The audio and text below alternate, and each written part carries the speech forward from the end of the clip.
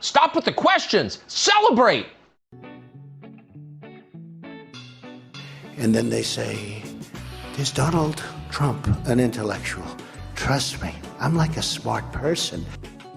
Yosemite's one of the wettest we've ever seen from the standpoint of water. Mike Lindell's a conspiracy. Well, you haven't. Person, woman, man, camera, TV. They said nobody gets it in order. It's actually not that easy, but for me it was easy. Amazing. He can't sit down. He's got a burning in his butthole. He's got a fire. He's got a flame coming out of his butthole. Big, massive dumps. Oh, I have a term for that. I call it corporate communism. Somebody sent me a thing this morning where they're talking about putting the vaccine into salad dressing. You see, this is a simple meme that you would find on the internet, but this meme is very real. You ain't seen nothing yet until you see the flaming butthole. Putting us on our knees to China. Now witness the firepower of this fully armed and operational battle station. Nancy Pelosi's gazpacho police. You idiot!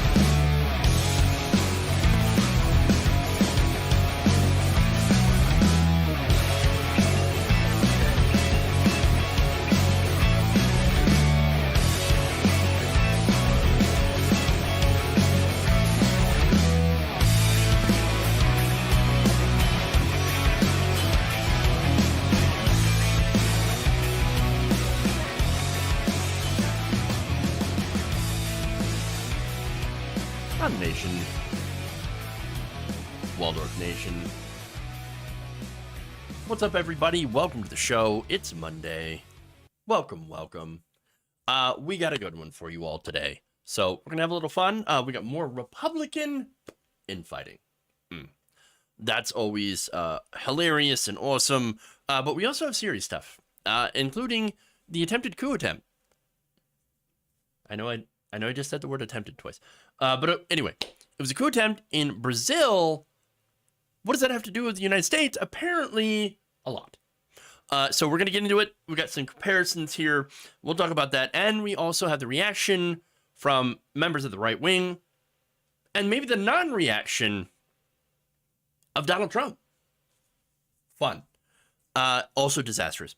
Marjorie Greene says she's done with QAnon. Is it true? I don't know. But we'll go and look at it anyway, because it's fun. And is she rehabilitating her image? And I think that's the most important question here. We're going to talk about that. We have, again, Republicans on Republican and Republican crime. So we have that. And then finally, what is the plan from Kevin McCarthy? What is the first thing that they plan to introduce in the House of Representatives? Well, you're not going to be surprised. But hold, wait for it. All right. So, with that, is there something wrong with my current? Oh, my lower third? Yeah, probably. I'll have to, go through and adjust that later on. It is what it is. Basically, we're just going to, chalk that up to. There's insanity in the control room. All right. With that, I'll fix that later. But thank you for pointing that out. But let's get into the stories.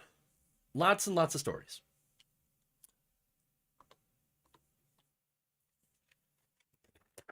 And I do see what you're talking about right there. The join button, and yeah, okay, yep, irritating. Now I'm gonna be thinking about that the entire show, and how that looks terrible. Fix that. Okay. More important stuff. We have important things. On Sunday, supporters of far-right former President Jair Bolsonaro stormed the Brazilian Capitol building in order to overturn an election that they had lost.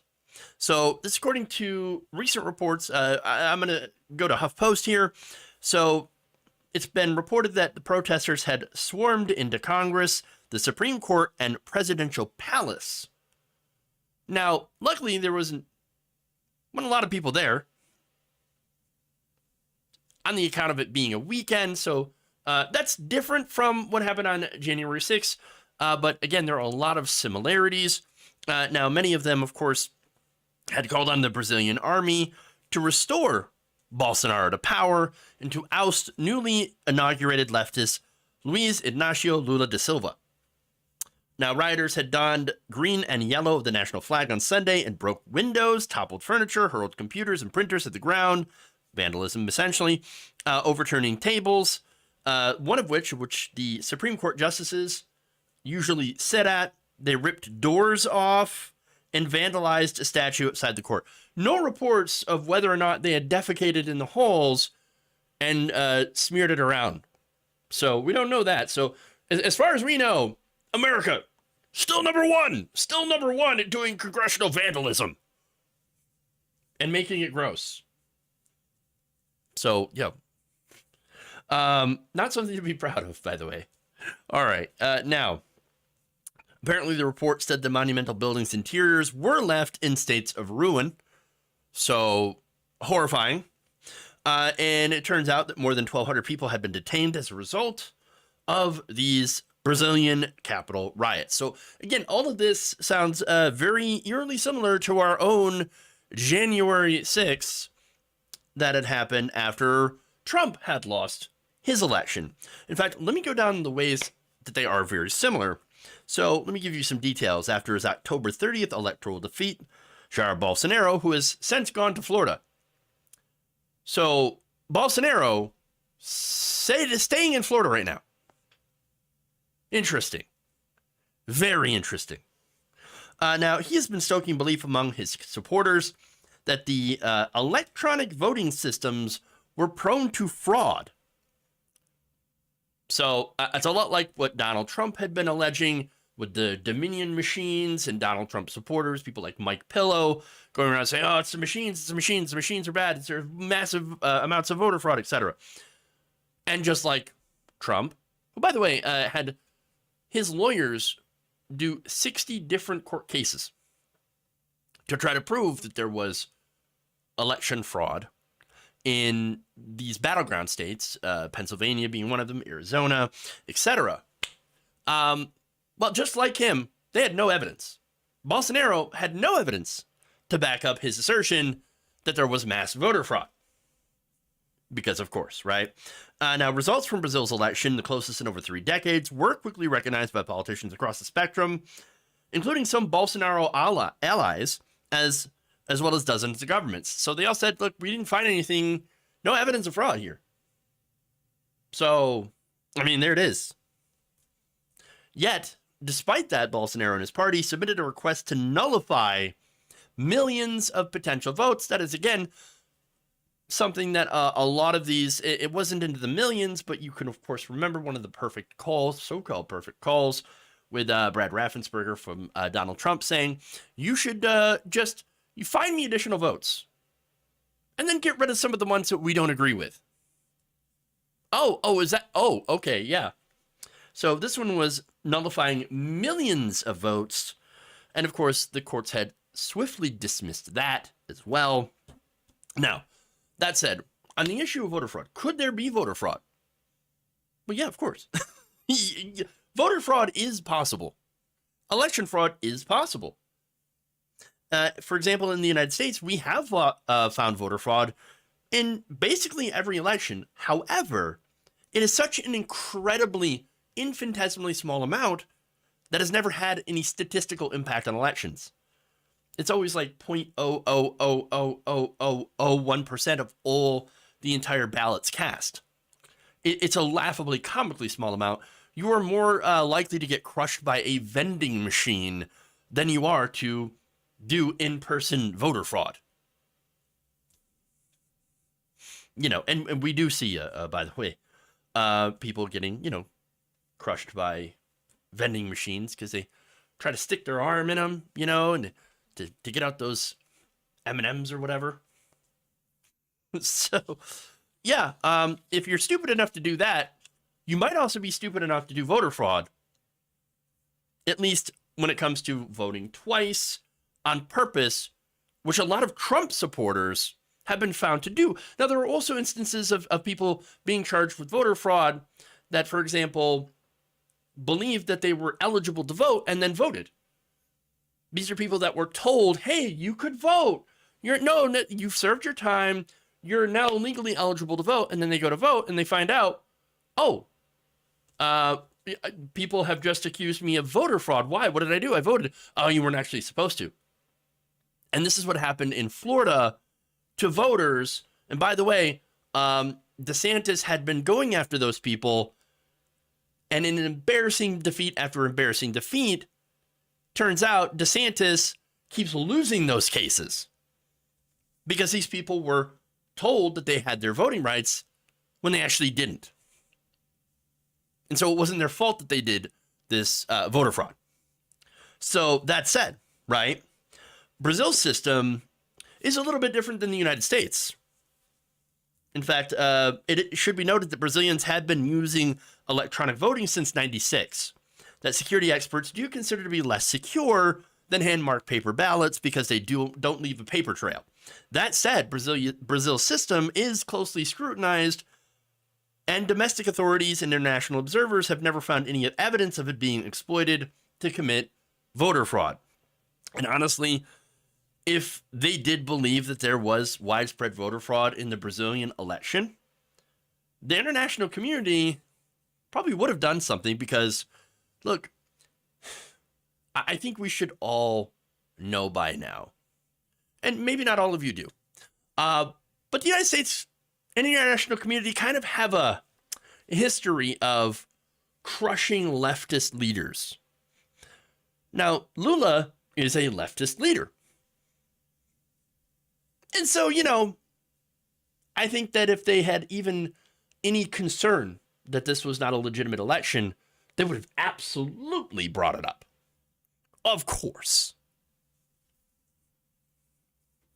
That said, there was no evidence of voter fraud, but despite the fact that there was no evidence of voter fraud or election fraud, it didn't matter to Bolsonaro supporters who, like Trump supporters, on January 6th did not accept the results. They refused. In fact, the supporters blocked roads and remained camped outside of military buildings, urging the army to intervene and do a literal coup, which they did not do.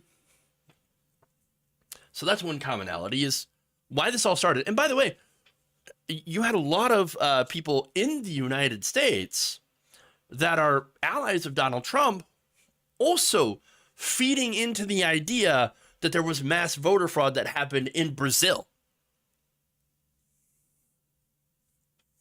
So now let's go to the police response.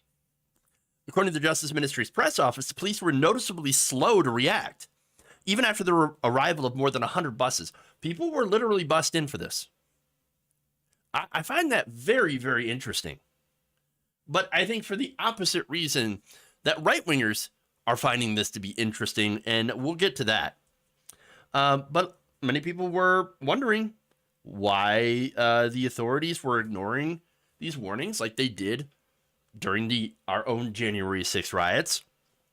And they're also wondering if authorities had underestimated the protesters or had been complicit. Again, a lot of these same things had happened during January 6th and afterwards.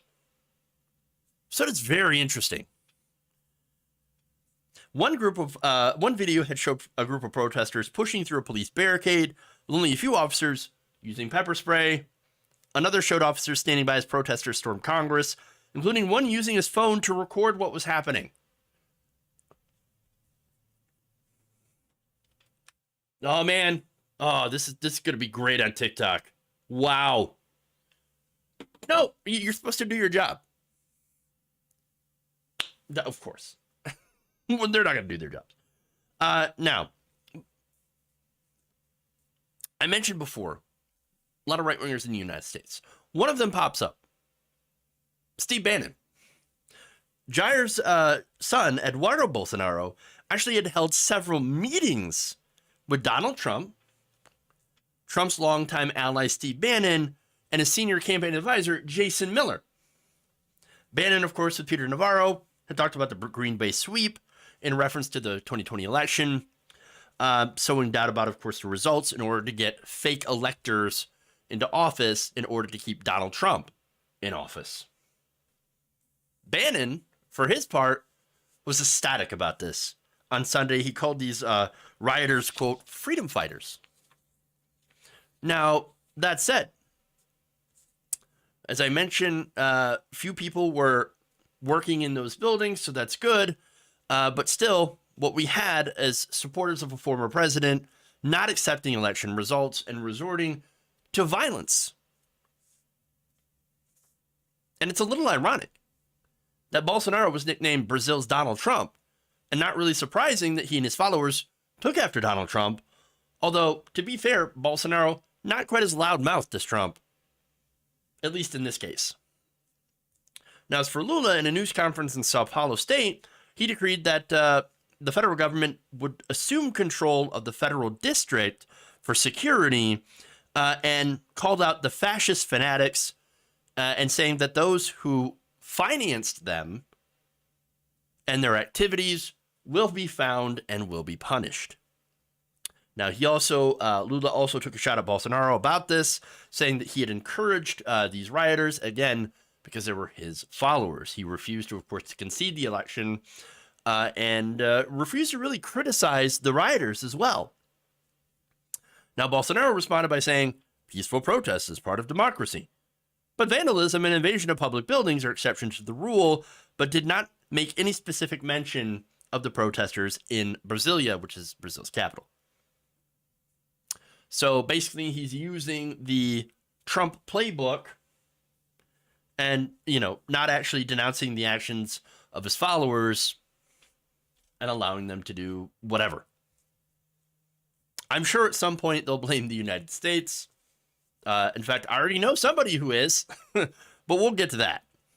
But look, overall, this is really interesting because it shows that what happens in the United States does have ripple effects all over the world. And it's not just because we're a superpower. Our politics is insane, and everybody pays attention to it.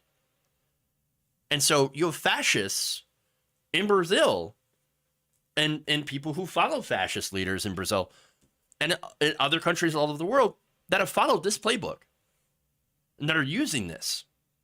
And so we shouldn't at all be surprised to see another January 6th-like event happen in another country.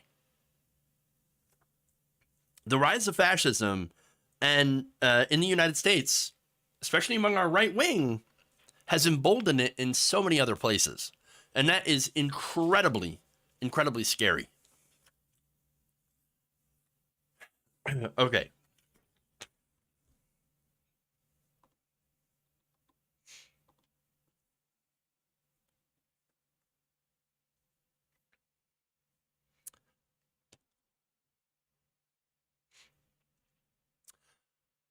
On Sunday, supporters of ex-President Jair Bolsonaro had stormed the capital of Brazil in what is very reminiscent of the January 6th insurrection here in the United States.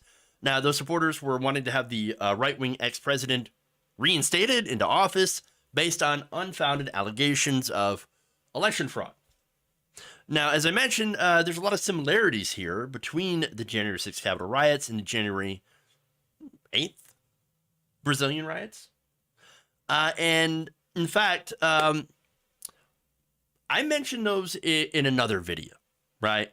So that said, there are a lot of different players here that were involved in the January 6th Capitol riots, which seem to also be having might have had a hand, maybe not directly, but indirectly with rhetoric, but also meeting with family members of Jair Bolsonaro. But first, we'll start with the most direct connection here, and that would be with Donald Trump. So now, Donald Trump, again, he had spread conspiracy theories about voter fraud, election fraud, as well as rioters being members of Deep State, Antifa, etc., right? And basically continued to refuse to acknowledge his loss. It's the same thing Bolsonaro had been doing as well. So now, what has Trump had to say about this? Apparently nothing. Oh, interesting. So wait, this thing happens, which is very, again, reminiscent of what happened as a result of Trump on January 6th, and he had nothing to say about it? Fascinating. In fact, what did he talk about? Well, in the hours after the attack, Donald Trump actually shared articles on True Social about the decline of ratings on a number of cable networks and programs, such as NBC's The Tonight Show. Huh. And then decided to dig up a 2016 article from a New York Times reporter named Paul Krugman, and then decided to go after Krugman for the article. Here's what he wrote.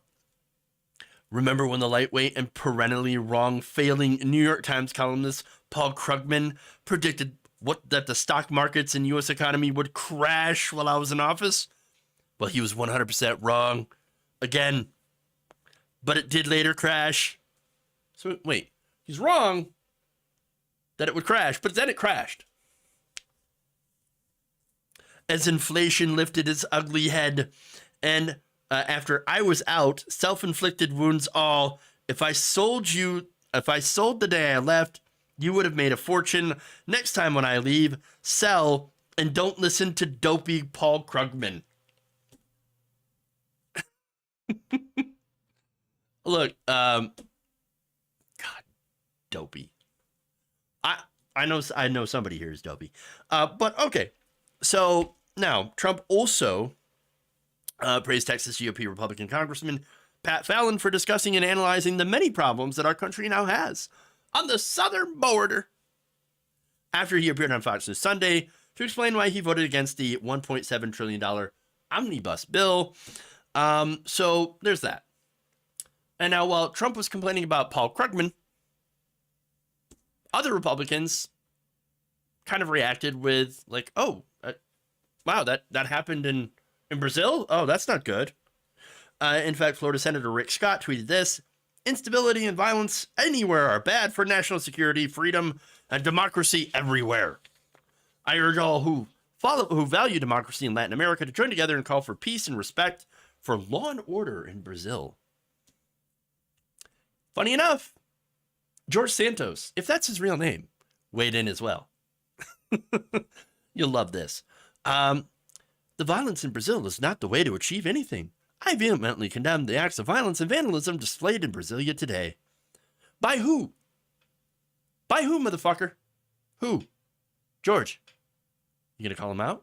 No, of course not.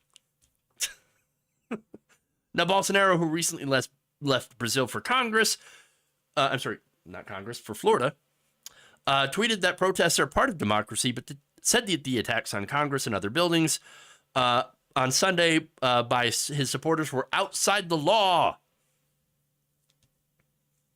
Now, I mentioned some Republicans spoke out, but then, of course, you had others that were absolutely in favor of what happened. So let me get to those responses.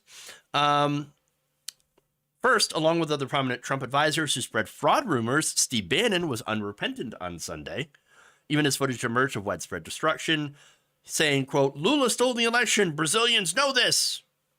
He wrote repeatedly on the social media site, get her. Get her.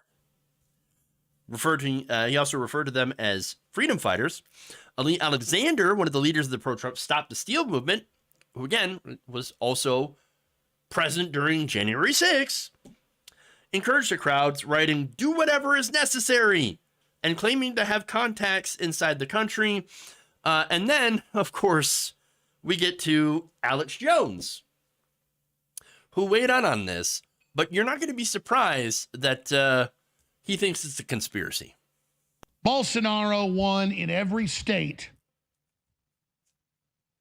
but the biggest city in Brazil, the communists controlled. Polls showed he was 50-50 there, but he lost by almost 70%, just like they do in Maricopa County and other key areas like Atlanta and Georgia, where they steal their elections. And you have the State Department and the deep state down there admittedly manipulating things. You have big tech censoring Bolsonaro, which is another form of election meddling, and voter suppression, which we now know they did the last 2 elections here. So Bolsonaro won, we know that. They get Lula, the communist, out of prison. They bring him back. Military says they're not going to stand by and see what's happened in their constitution. But now you have millions of people show up in the capital city. They're calling it the Brazilian January 6th insurrection. Brazil protesters storm Congress, breach presidential palace. Photos, thousands rampage. Make America Great copy. Wow. Oh, so Bolsonaro won. We know that. No, he actually didn't. We know that he didn't win. But of course, he hits everything, right? Deep state, big tech. Bolsonaro didn't lose. He won. And the communism. It's the communism. It's funny about the big tech thing, right? You know who runs Twitter?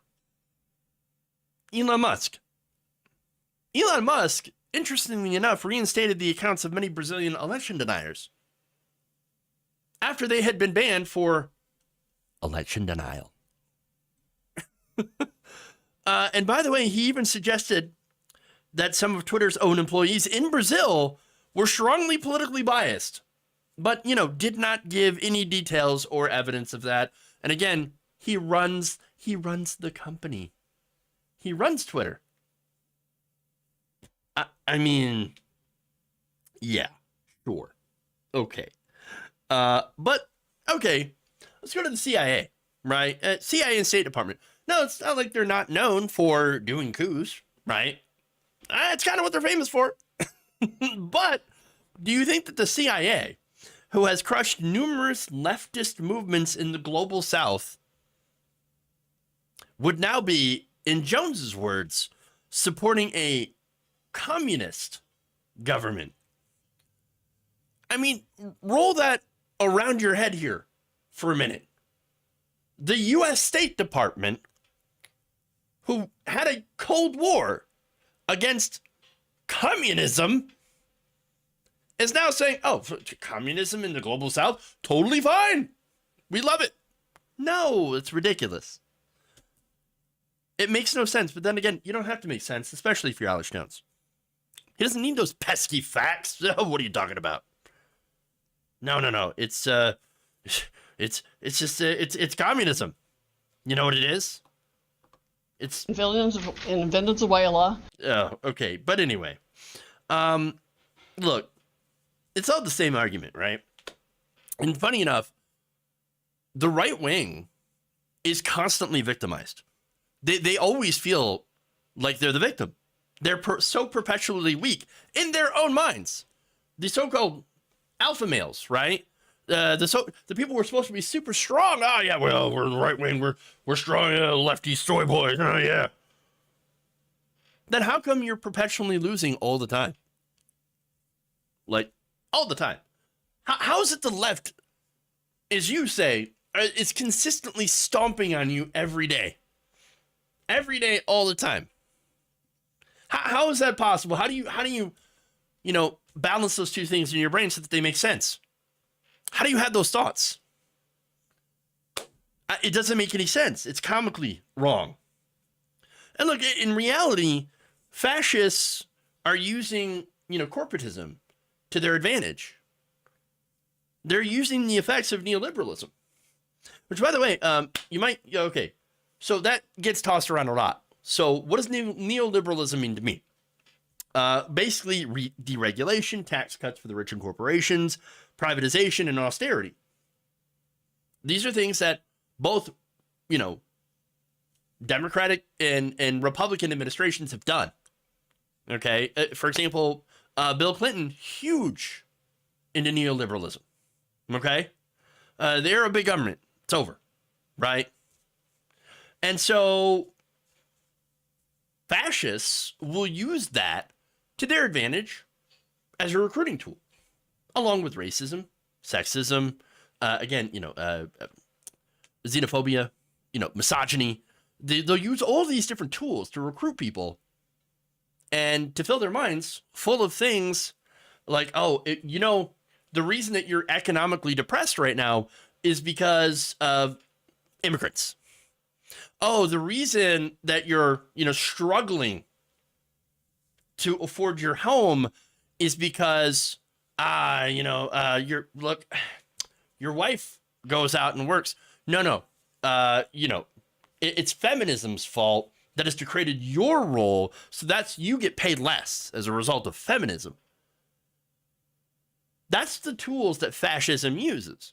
And so they do use a lot of economic anxiety in order to recruit people into their causes.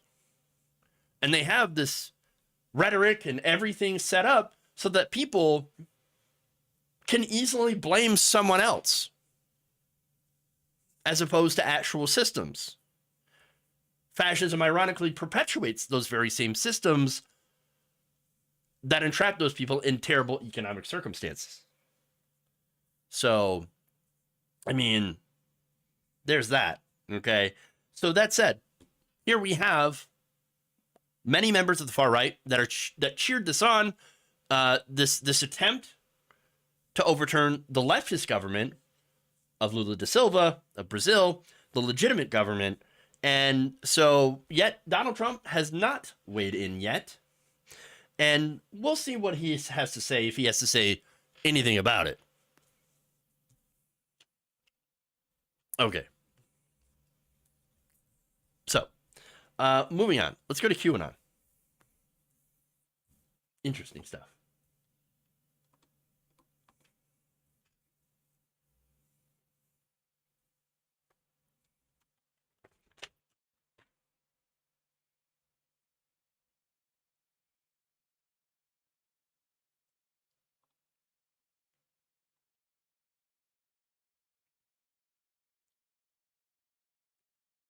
Representative Marjorie Taylor Greene wants you to know that she's no longer into QAnon.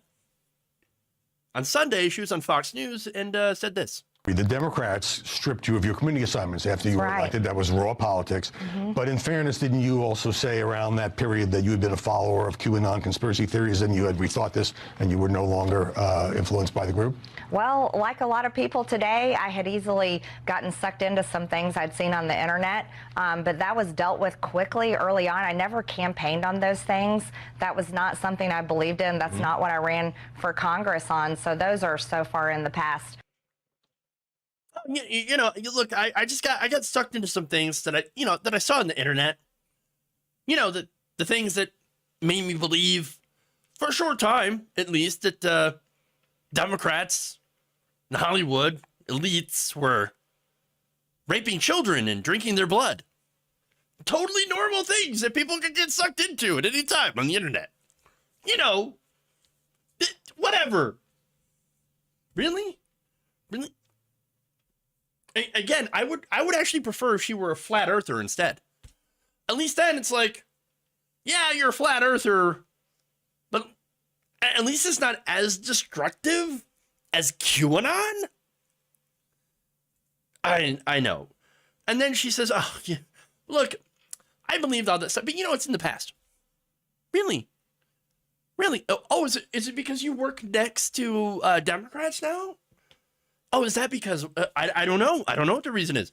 Well, actually, I do know what the reason is, or at least I have a very good idea what this reason is, and it doesn't have to do with anything about her suddenly embracing reality. Turns out reality kind of exists, and we don't have any evidence of QAnon. But anyway, she had previously supported some conspiracy theories. Again, like QAnon, and also had supported, killing Democrats, including the former President Obama. Yeah. As well as former Secretary of State Hillary Clinton. She had endorsed having them murdered. This is a little bit more than Facebook mom goes down an internet rabbit hole. Far more than that. Because she's a member of Congress. She had also alleged that the Parkland shooting was a false flag in order to take your guns. She still believed that? She literally chased down David Hogg. And you think she's like, oh no, all that was in the past. I've learned things. I've grown as a person. I'm totally legitimate now. And you will take me seriously. No. How about no? Nancy Pelosi's gazpacho, please. I don't think so. Peachtree dish. I'm not going to take her seriously. Okay? And besides, it's not like she's backed away from these things because she has learned the truth. No, it's about being palatable and getting power. And look, QAnon is not as popular as it was, at least among the right wing. Might have something to do with, the dumps, the big massive dumps, have more or less stopped, but also the fact that whoever Q was never right about anything. The storm never happened. So, look, various polls have suggested the share of Americans who agree with at least some QAnon beliefs. It's 20%, and one 2021 poll found that only 30% of the American people viewed the movement favorably, which is still too high. Way too high. But even more relevant to this is the fact that because of those previous beliefs, she had been stripped of her committee assignments, and she wants those back. Representative Kevin McCarthy said Greene had denounced QAnon and that she should not be punished for statements she had made before being elected to Congress, except the fact that she did make some statements supporting QAnon after she was elected. Insiders Eliza Relman reported that a month after Greene was elected, she had shared a blog post by Gab CEO Andrew Torba that defended QAnon followers, with Torba saying that he had seen no conspiracy theories shared before by the community. So wait a minute. No conspiracy theories. That would mean that he says, oh, yeah, but the things that the community is sharing, about the Democrats drinking the blood of children, totally true. I haven't seen any conspiracy theories. Well, no, it's a fact. Hillary Clinton takes them into the basement, rapes them, and drinks her blood. What? No conspiracies here. And Marjorie Greene's like, retweet. No. And again, that was a month after Congress. But then, okay, sure. You can say, Jeff, why don't you believe that she's had any sort of personal growth? How dare you? Don't you believe? Aren't you a progressive? Don't you think people can change? I think once you're an insane person, it takes a lot more to convince everyone else, and it should take a lot more to convince everyone else that you're not insane and don't believe in insane things. And up until recently, she's said some pretty insane things. Look, she has still believed in the election conspiracy theories. In fact, she refuses to say that Joe Biden had won, the election, but also doesn't really talk about, the whole conspiracy, like, oh, that's a silly, silly question.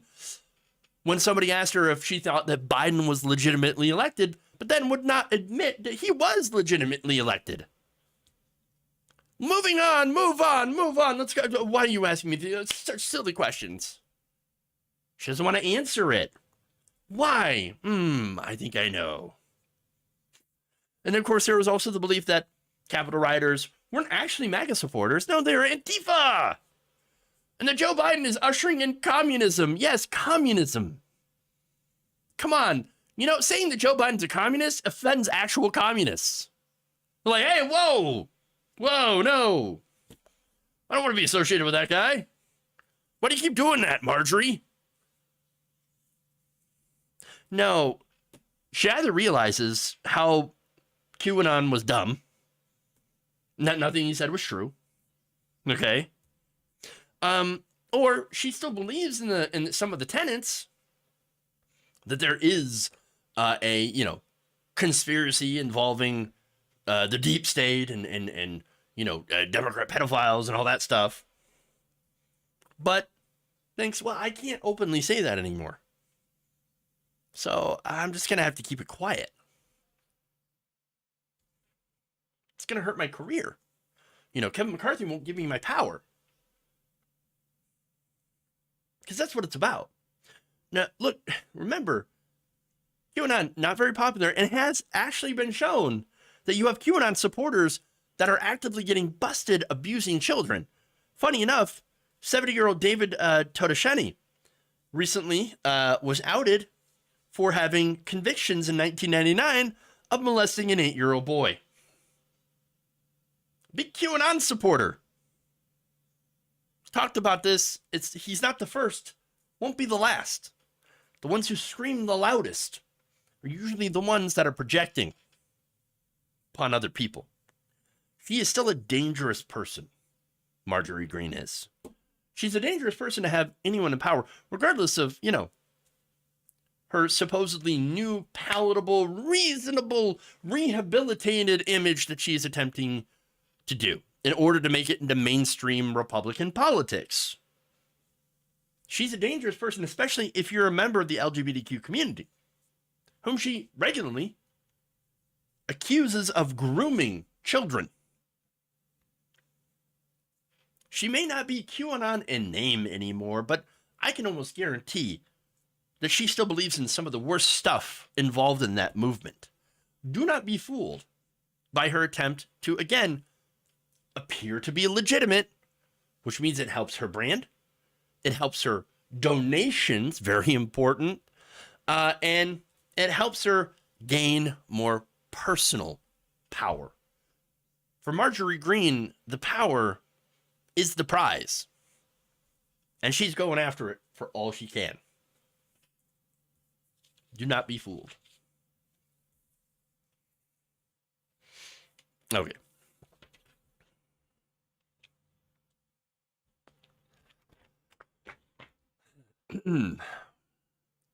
Moving on. Ooh.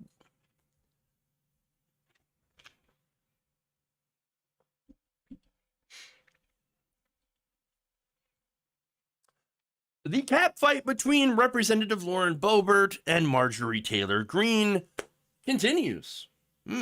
As Lauren Boebert recently takes shots at her colleague. At one point, Boebert accused Greene of being, quote-unquote, unhinged. Fun. All right, so now the most recent spat between these two, who largely agree on policy positions, and I think that's important to note, is when Greene decided to go full Team McCarthy. So it's a curious decision, considering how a lot of the Freedom Caucus, the very hard right MAGA people, which normally Marjorie Greene is part of, decided to not back McCarthy because they said that they didn't trust him to, do the things that that they want him to do, which is to basically throw a monkey wrench into the works of the government and to try to, get rid of things that might actually help poor people. Those are things that Marjorie Greene also agrees with. But the difference here is power. So now McCarthy had promised Greene her committee assignments, and so she decided to go all in, while Boebert joined her MAGA colleagues, Representative Matt Gaetz, Bob Good, Paul Gosar, in voting against McCarthy. All of those people were on the outs with McCarthy. They were not getting any positions. They were not getting any clout. They didn't hold any, favorability by McCarthy and the rest of the Republican Party. Unlike Greene, who is now attempting to rehabilitate her image. So now McCarthy won the speakership. All those who were opposed to him actually didn't vote for him. They just voted present to allow him to win the speakership. And so that's kind of a middle finger as well, but still allowing him to win. So now in return for this, he gave massive concessions. Massive concessions. That said, Boebert is still very salty towards Marjorie Greene. In fact, here's what she said. Quote, I've been asked to explain MTG's beliefs on Jewish space lasers, on why she showed up to a white supremacist conference. I'm just not going to go there, Boebert told the AP. She wants to say all these things and seem unhinged on Twitter. So be it. And you don't sound unhinged now? Y'all both are. But okay. Now, look, Greene claims that she was sucked into QAnon, but no longer believes it. She also claimed that she had no idea that she was speaking to white nationalists, which is, again, both of those are pretty hilarious. But the whole idea that, oh, I didn't know that I was speaking to a white nationalist conference. You're saying that you went somewhere to speak and you did absolutely no research on who you're going to speak to? You know, I just ended up there. I walked into the convention hall and there it was. I was in front of a crowd. Who knew? I didn't know who I was speaking to. I thought I was speaking to another group. Yes, that's it. Yeah, well, of course. Yeah, well, yeah. Now, the thing is, Marjorie Greene describes herself as a Christian nationalist. And by the way, so does Lauren Boebert. She thinks that Christianity should be the official religion of the United States. Now, Christian nationalism, this is another nice, palatable way to refer to yourself as a Nazi. Policy-wise, very similar to Nazism. Extreme nationalism, massively curtailed immigration, being against LGBTQIA plus people, spreading conspiracies like Great Replacement theory, strong military. Now, by the way, you can point out, well, but they wanted McCarthy to cut money from the Pentagon. How can you say that? They're for strong. They want to cut spending in the military, outflanking the squad on the left. Well, hold on. You know that one of the reasons that they don't want money in defense right now? By the way, I also want less money in the defense budget, but not for the same reason. They don't want Ukraine to have it. That's really it. Remember, they prefer the Russians. Turns out, they like the Russians, don't like the Ukrainians. There's all sorts of conspiracy theories about Ukraine. And so they're like, well, we'll just cut it off. Funny enough, cutting military spending, which again, I support, but for weirdo reasons. I mean, yeah, I don't know. What they would rather do with the military, by the way, is put it on our southern border. That's what they would do. To try to protect it from immigrants who are asylum seekers, mostly, for the most part, trying to flee terrible conditions in other countries. War, poverty. But anyway, Boebert and Greene, they do not openly disagree on their political positions. This is not a position fight. They both openly hate the LGBTQIA community. They support things like what Ron DeSantis is doing in Florida. They all claim that teachers and gay people are grooming people or grooming children. Both supported QAnon. They both stated that the January 6th rioters, innocent people, not, and that some were Antifa. And they all wanted Trump to be reinstated as president. They have very, very similar beliefs and positions. The only difference here is that Marjorie Greene has gotten power and Boebert did not. And I think there's also some jealousy.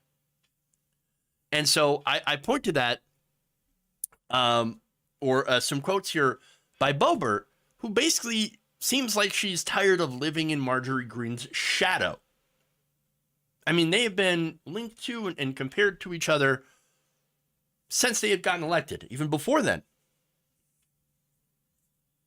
And so, yeah. Now, first, let me point out that in Boebert's district, Boebert had barely won re-election by like 500 votes. Greene easily sailed to re-election. And then you had the scandals around Boebert that, of course, had hurt her in her more of a mixed district in Colorado. Look, you had her dirty-ass restaurant, fudging the mileage forms. That was a scandal. Her husband exposing himself to minors at a bowling alley. Boebert's got problems. She's got enough problems. without being linked to Marjorie Greene, who has herself gotten into a lot of trouble and done a lot of different stunts, including chasing after a Parkland survivor on a video and verbally harassing him. Boebert almost didn't survive her election, and so she's got to be a little bit more careful in her district than Marjorie Greene does.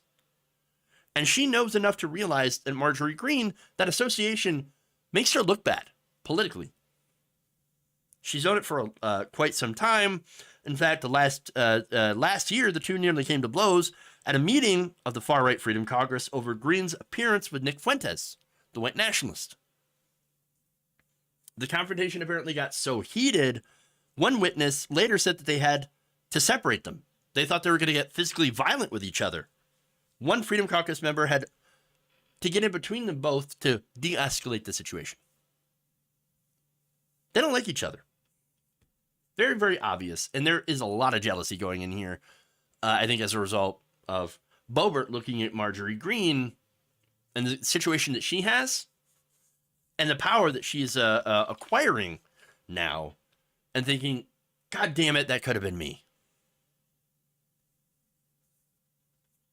It's not about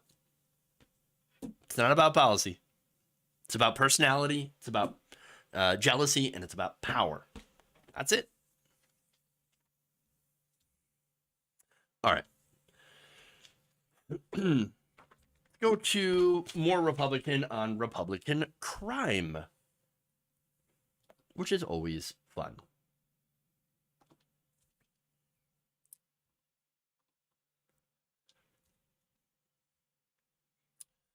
A House Republican, Nancy Mace, has openly accused Representative Matt Gaetz of being a fraud. You've called Matt Gaetz, one of its members, a political D-lister and a fraud. You've sparred with Marjorie Taylor Greene. I'll show our viewers part of that and let them interpret your meaning. How are you going to work with these folks to get anything done for the American people? It's going to be very difficult. Matt Gaetz is a fraud. Every time he voted against Kevin McCarthy last week, he sent out a fundraising email. What you saw last week was a constitutional process diminished by those kinds of political actions.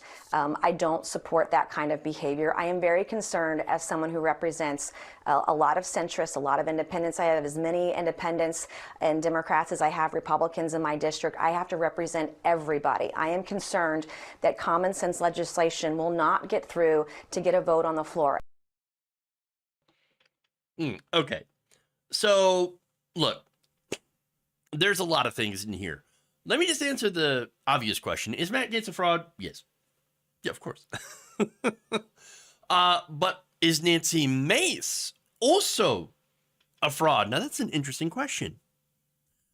That said, she references the Kevin McCarthy speakership fight, the drama that had unfolded all last week. Let me note that it's not over policy. It was all about power. And the Freedom Caucus now has a lot more power than they did before. Now, that means other Republicans will have to capitulate to them if they want to, pass anything, which will ultimately fail in the Senate. But what happens is if the Freedom Caucus doesn't like what Kevin McCarthy is doing, it only takes one to remove Kevin McCarthy. So that is a lot of pull. That is a lot of power. Now, that, of course, means House Republicans, what they're going to do is they're going to end up being more unhinged. So now, the thing about that is actually disastrous for the rest of the country is, well, we've got to do things like the Farm Bill, which contains food stamps, the SNAP program. So we want to make sure that people don't go hungry. And so you got to fund the SNAP program. Now, usually at some point, Republicans and Democrats, generally after a little bit of theater, they come together and they go, okay, we'll do these things. We'll give more subsidies to farmers, big corporate farms, but we'll keep food stamp levels the same. Generally, that's what happens. Okay. Then, of course, you have the debt ceiling and the funding of the government. So now Republicans, as I said before, they end up voting for these things because the default on the debt would be a disaster to the donors. Again, the donor class pretty much runs the Republican Party. However, the Freedom Caucus, Like, yes, they care about their donors, but they care more about ideological victories, as in giving everything to the rich and powerful and destroying the government. So that's kind of the whole thing. These lunatics don't want to fund the government at all. They would rather it default and us not have a government. And now the lunatics are running the asylum. And they will be, by the way, demanding massive cuts to food stamps, Social Security, Medicare. And again, could very well send the government into default if they don't get these massive cuts. And unfortunately, what we have is a Democratic Party that is all too willing, I think, for, or at least has historically folded on these issues. And I go back to actually some of the demands in one of the debt ceiling fights that we had before. This was during the Obama administration, and they had, Republicans had proposed a massive cut in, well, Social Security. President Obama at the time had said, okay, we'll cut Social Security. We'll put it on a chained CPI, which basically, again, amounts to a cut in benefits. Thing is, of course, that didn't happen because Republicans, they went too far. In this case, now Republicans, they have a small majority of people who are more than willing to tank the government unless they get what they want. They are able to take hostages even more effectively than they did before. And if they don't, if Kevin McCarthy does not do what these people want them to do, they'll remove him. So, yes. It's disastrous for everyone, essentially. But anyway, when it comes to Matt Gaetz, getting back to him, did Matt Gaetz fundraise off this? Of course he did. Because that's what Republicans do. That's what Democrats, that's what all politicians do. They fundraise off everything. Now, there was no doubt in anybody's mind that Kevin McCarthy was eventually going to be Speaker. So he took the opportunity during this fight to raise money off of it. Yes, it's a political stunt. They do that. They all do that. And look, nobody else on the Republican side was lined up to get enough votes. And so why not take the opportunity to go and raise some money of the donors? But here's the thing. As I mentioned, pretty much all of them do it. I think Representative Nancy Mace is upset that she didn't come up with the idea first. So, look, she says things, oh, you know, I've got centrists in my district. I'm trying to represent them. I'm trying to be centrist. I'm trying to be in the middle of everything. But whenever she says that, she immediately caves to the far right. She immediately caves to people like Donald Trump. She's going to do the same thing. She's going to complain about Matt Gaetz, who is a grifter. Yes, I think that's very obvious, but you're not going to actually do anything. Nancy Mace hates fraud so much that she always ends up supporting frauds. Weird how that works out. Weird. And she also says that she's afraid that the Freedom Caucus won't govern. That's the whole point. That's the whole point. And by the way, so-called centrists like her, which are not. She's nowhere near a centrist. She doesn't represent centrists. What she is a member of the right wing who continuously legitimizes the far right that continues to go further and further to the right by claiming to be a centrist. By comparing the left, or in this case, she would call them the far left. You know, these are people who want healthcare for everybody, and childcare, and paid leave, and paid vacation. You know, things like that. A better economy for poor people, regular people, tax the rich more. She considers them, as a so-called centrist, to be the members of the far left. And always, again, capitulates to the far right, which again, chases them even further to the right. And she follows them 100%. This is my issue with so-called centrists these days. It doesn't mean anything anymore. So stop considering yourself a centrist and start calling yourself what you are, you're a right-winger. And stop pretending to be better than grifters like Matt Gaetz, whereas calling yourself a centrist at this point is a grift as well. It's just your own one. Okay. All right, I'm going to have to wait for this segment tomorrow. We got the tax... well, we got the McCarthy story. We'll do that tomorrow. I am already out of time. And, yeah. That went super, super fast. In Venezuela. All right. Anyway. Let's read some super chats. We'll head out of here afterwards. Jonathan Leiter with a very kind $2 says, Brazil's January 6th, but with much better architecture. I can agree. Gabby Mathis for the very kind $3 and then $2. Thank you very much. And Straw Carpenter, $5. Wishing everyone a great new year. Monty Darno, thank you for the very kind $2. And says, love to Jeff and chat. Well, thank you. Love to you as well. Hope everything's going good. Let's see. Hunger Games 1989 resub with Prime for a year. Nice. And SBloom85, 25 months of Bezos bucks, and I'm just getting started. Thank you, SBloom85. Appreciate that. Appreciate that a lot. All right. So, that's it. That's all I got for the show today. Twitch audience, stay tuned. We're going to raid you into left flank vets. We'll do that. As far as everyone else, again, please like and share the stream. Very important that you do so. Help us out as always. And that's it. Love you all. And remember, change begins with you. See you back here tomorrow.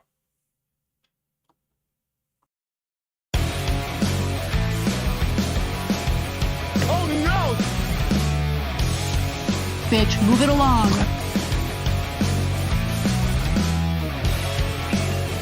Like shark, NATO, except for food.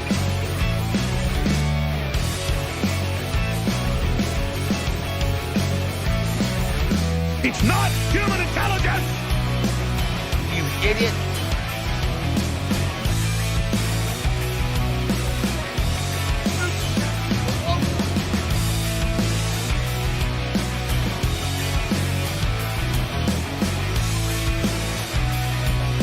And why their due process rights are being so flagrantly and horrifically violated. Stupid. You're kicking me out the door. You're kicking me out the door. Up yours, woke moralists. We'll see who cancels who.